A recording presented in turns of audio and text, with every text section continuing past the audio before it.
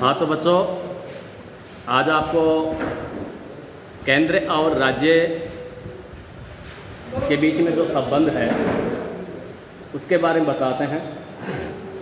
जैसे आपको सभी को पता है कि भारत ने संघात्मक दृष्टिकोण को अपनाया है और फेडरल जो सिस्टम होता है उसकी आधारभूत जो कंडीशन होती है वो शक्ति विभाजन होती है।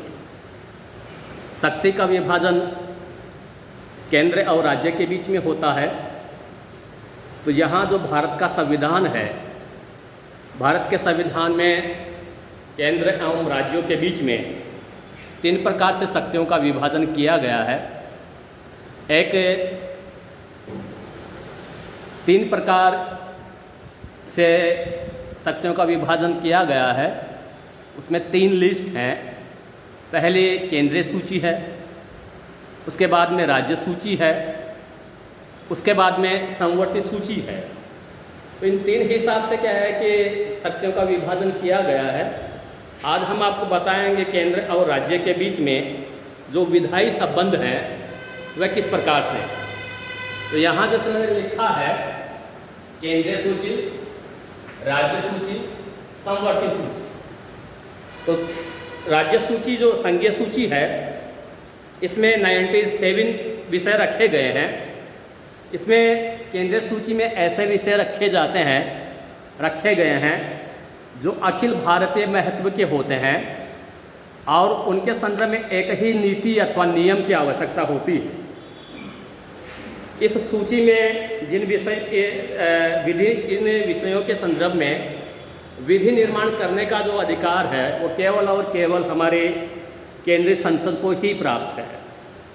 इस सूची के जो कुछ इम्पोर्टेंट जो अति महत्वपूर्ण विषय हैं उदाहरण के रूप में जैसे रक्षा है, वैदेशिक मामले हैं, युद्ध व संधि है, देशीकरण और नागरिकता है, विदेशियों का आना जाना है, रेल है, बंदरगाह है, हवाई मार्ग है, डाकघर है, टेलीफोन, बेतार, मुद्रा निर्माण, बैंक, बीमा, खनिज, खाने आदि। और उसके बाद में स्थानीय महत्व के जो मुद्दे होते हैं, स्थानीय महत्व के जो विषय होते हैं उनको राज्य सूची में रखा गया है और राज्य सूची के जो विषय होते हैं उनके ऊपर विधि बनाने का जो अधिकार है वो राज्यों को ही दिया गया है। विशेष परिस्थिति जब होती है, जैसे हम आपको आगे बताएंगे, तो वहाँ राज्य सूची के विषयों के ऊपर कानून बनाने का जो जिम्मा है वह संसद को भी मिल जाता है।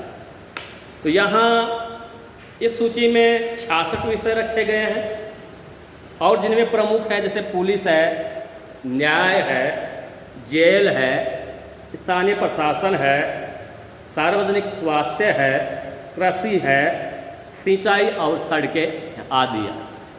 अब हमने एक और हमारे जो संविधान निर्माता हैं उन्होंने एक और समवर्ती सूची अपनाई है, समवर्ती सूची की स्थापना की है।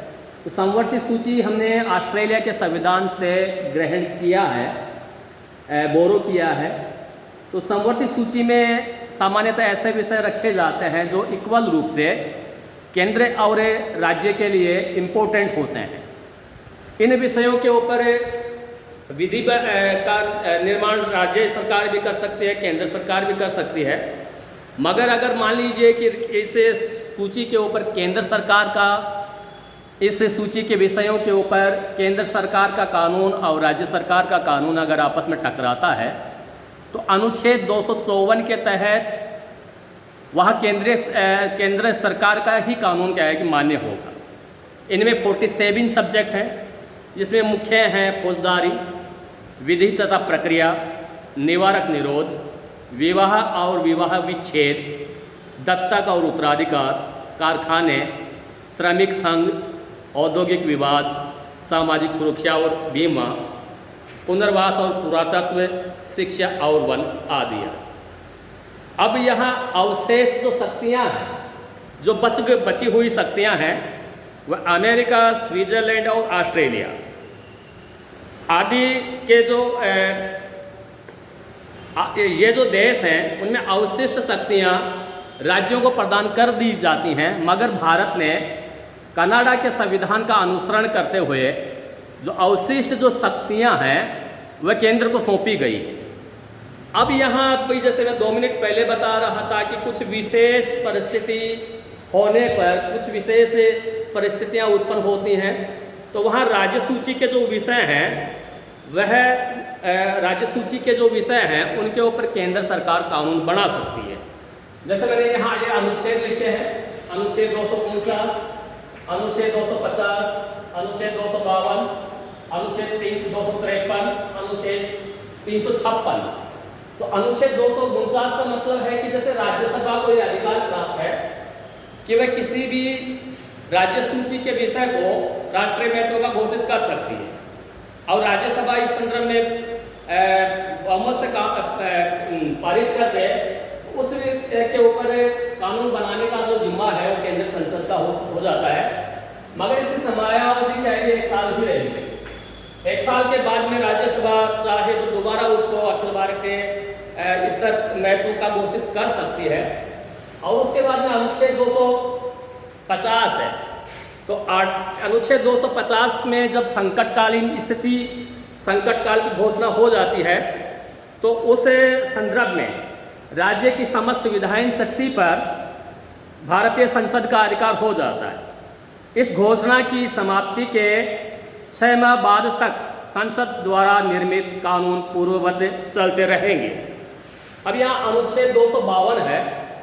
252 के तहत 2 या अथवा 2 से अधिक राज्यों की विधानमंडल यह प्रस्ताव पारित कर दें कि साहब अमुक विषय, अमुक राज्य सूची का विषय अखिल भारतीय महत्व का हो गया है, तो उसके ऊपर फिर क्या है कि कानून बनाने की जो शक्ति है वो केंद्रीय संसद को मिल जाती है।